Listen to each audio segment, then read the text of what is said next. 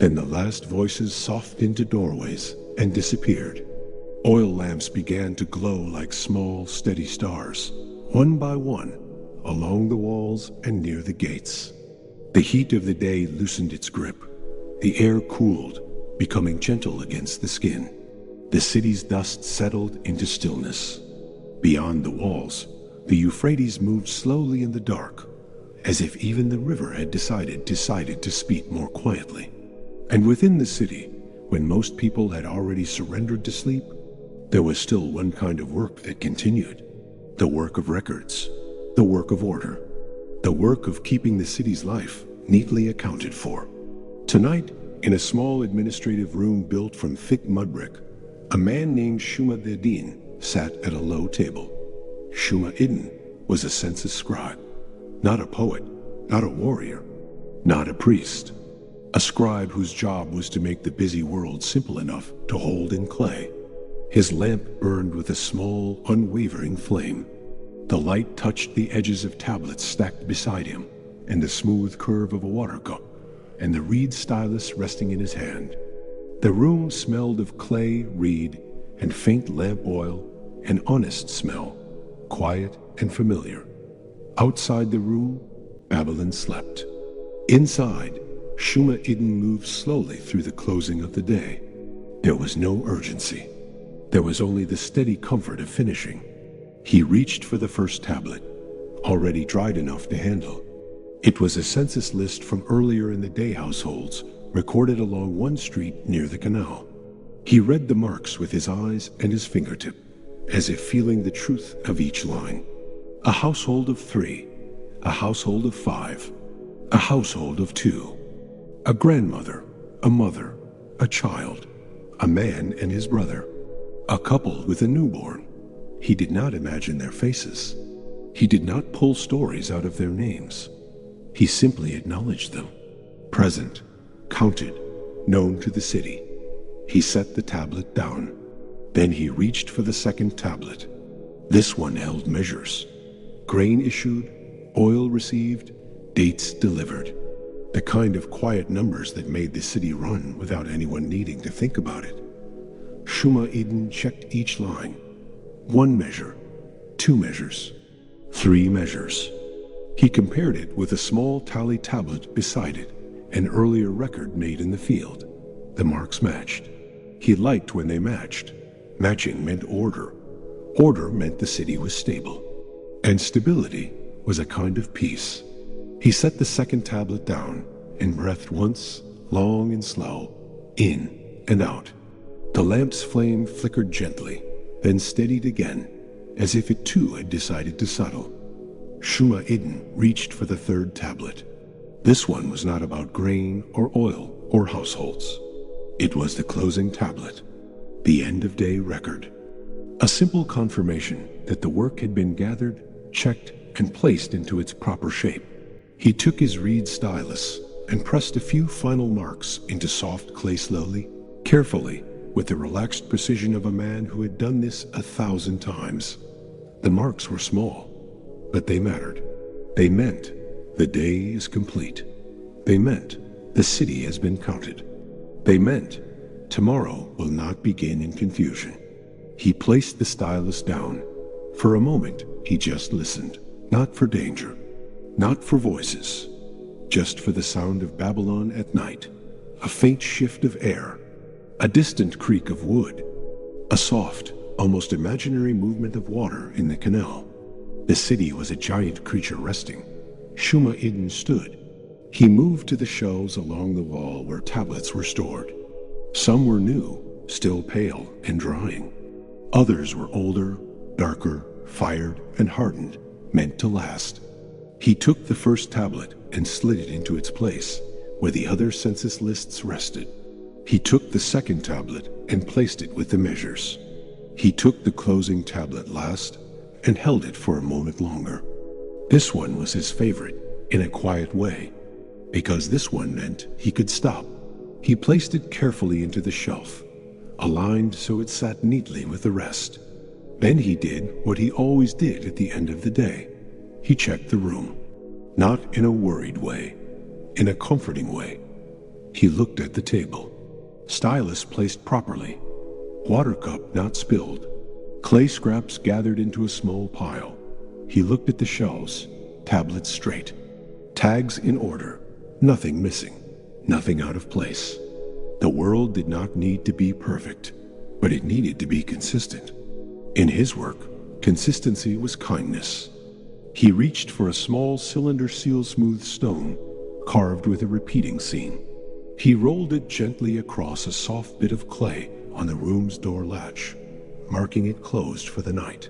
The seal's impression was faint in the lamplight, but he knew it was there. A little circle of certainty. He turned down the lamp, not extinguishing it completely, just lowering it to its smallest flame. Babylon did not like total darkness. Even sleep liked a little light. Shuma Eden stepped outside. The air met him like cool fabric. The street was empty, and the quiet felt wide. Moonlight lay across the ground in soft patches between shadows. The walls of the buildings held warmth from the day, releasing it slowly into the night. He began to walk home. His pace was unhurried. His sandals made a faint sound on the stone and packed earth, a sound that vanished almost immediately, swallowed by the night. He passed a doorway where a lamp still burned low. Beyond it, a family slept on mats, their breathing even, their bodies relaxed. He did not look long. He simply noted the normalness of it. Normal, safe, still. He passed another doorway where a bowl of water sat outside, left for travelers, or for animals, or simply for habit. He liked that. People did small things for peace without needing to speak about it. He continued.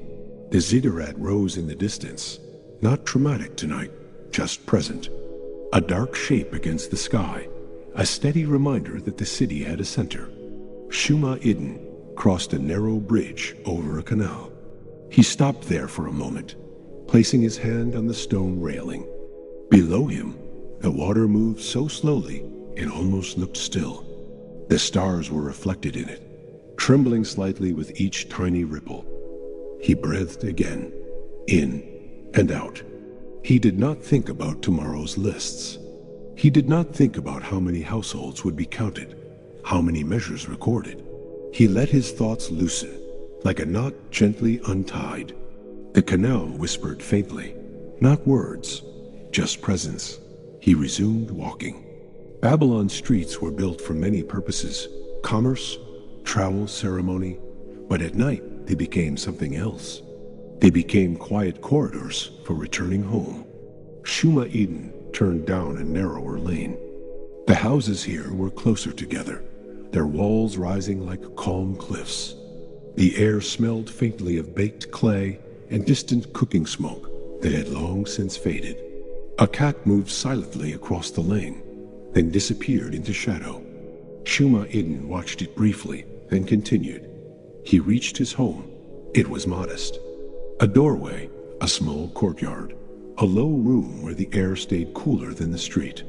He entered and closed the door softly behind him. Inside, the silence felt even deeper. He removed his sandals and placed them neatly beside the wall, always in the same spot. Routine, order, rest. In the courtyard, a small basin waited. The water inside was cool. He washed his hands slowly, rubbing away clay dust and the day's small residues. The water ran over his fingers. He dried them with a cloth that smelled faintly of sun and soapwort. Then he did another small thing, another habit that soothed his mind. He checked his own few possessions. A reed case with spare stilly, a small piece of polished stone used to smooth clay, a string tied in a simple knot. Everything was where it belonged. Nothing needed attention. He lowered himself onto a mat. The fabric gave slightly beneath him. The walls held the quiet like a bowl holds water. Outside, a faint breeze moved through the courtyard, brushing palm leaves, making a soft sound that repeated and repeated. Shuma Eden lay down. He looked up at the ceiling, at the shadowed beams, at the soft darkness. His body began to understand what was happening. The day had ended. The work had ended. The city had been recorded. Now there was nothing to solve, nothing to chase, nothing to repair, just the slow, steady return to sleep. In Babylon, people trusted records. A record meant a thing would not be forgotten. And if a thing would not be forgotten, the mind could let it go. Shumaiden let his thoughts drift, but gently like a boat loosening from its rope. He thought of the tablets on the shelves, not with stress, with calm. He imagined them sitting there in silence, clay holding numbers, clay holding names, clay holding the shape of the day. He imagined the shelves as quiet as the night sky, one tablet beside another, one line beside another, everything in its place. He breathed again, in and out. His eyelids grew heavier, not suddenly, slowly, like the lowering of a lamp flame. He listened to his own breathing. He listened to the faint sounds of the city far away, so distant they were barely sounds at all. Babylon slept. The river flowed. The stars watched from above, steady and indifferent, yet comforting in their consistency. And within the city, the census scribe rested. He did not need to hold the city in his mind anymore. The clay held it. The shelves held it. The order held it. Sleep could come freely now. He let it arrive the way night had arrived layer by layer. First, the body softened. Then the jaw unclenched. Then the hands relaxed. Then the thoughts lost their edges. The last thing he felt was a quiet satisfaction, almost too quiet to name. The day was complete. The city was counted. And the world could be allowed to drift into darkness without fear of losing itself. As sleep gathered him up, Babylon remained, calm, ordered, steady, and somewhere, in a room of thick mudbrick and quiet shelves, clay tablets waited patiently for the next day's silent proof that everything had been held and could now be released.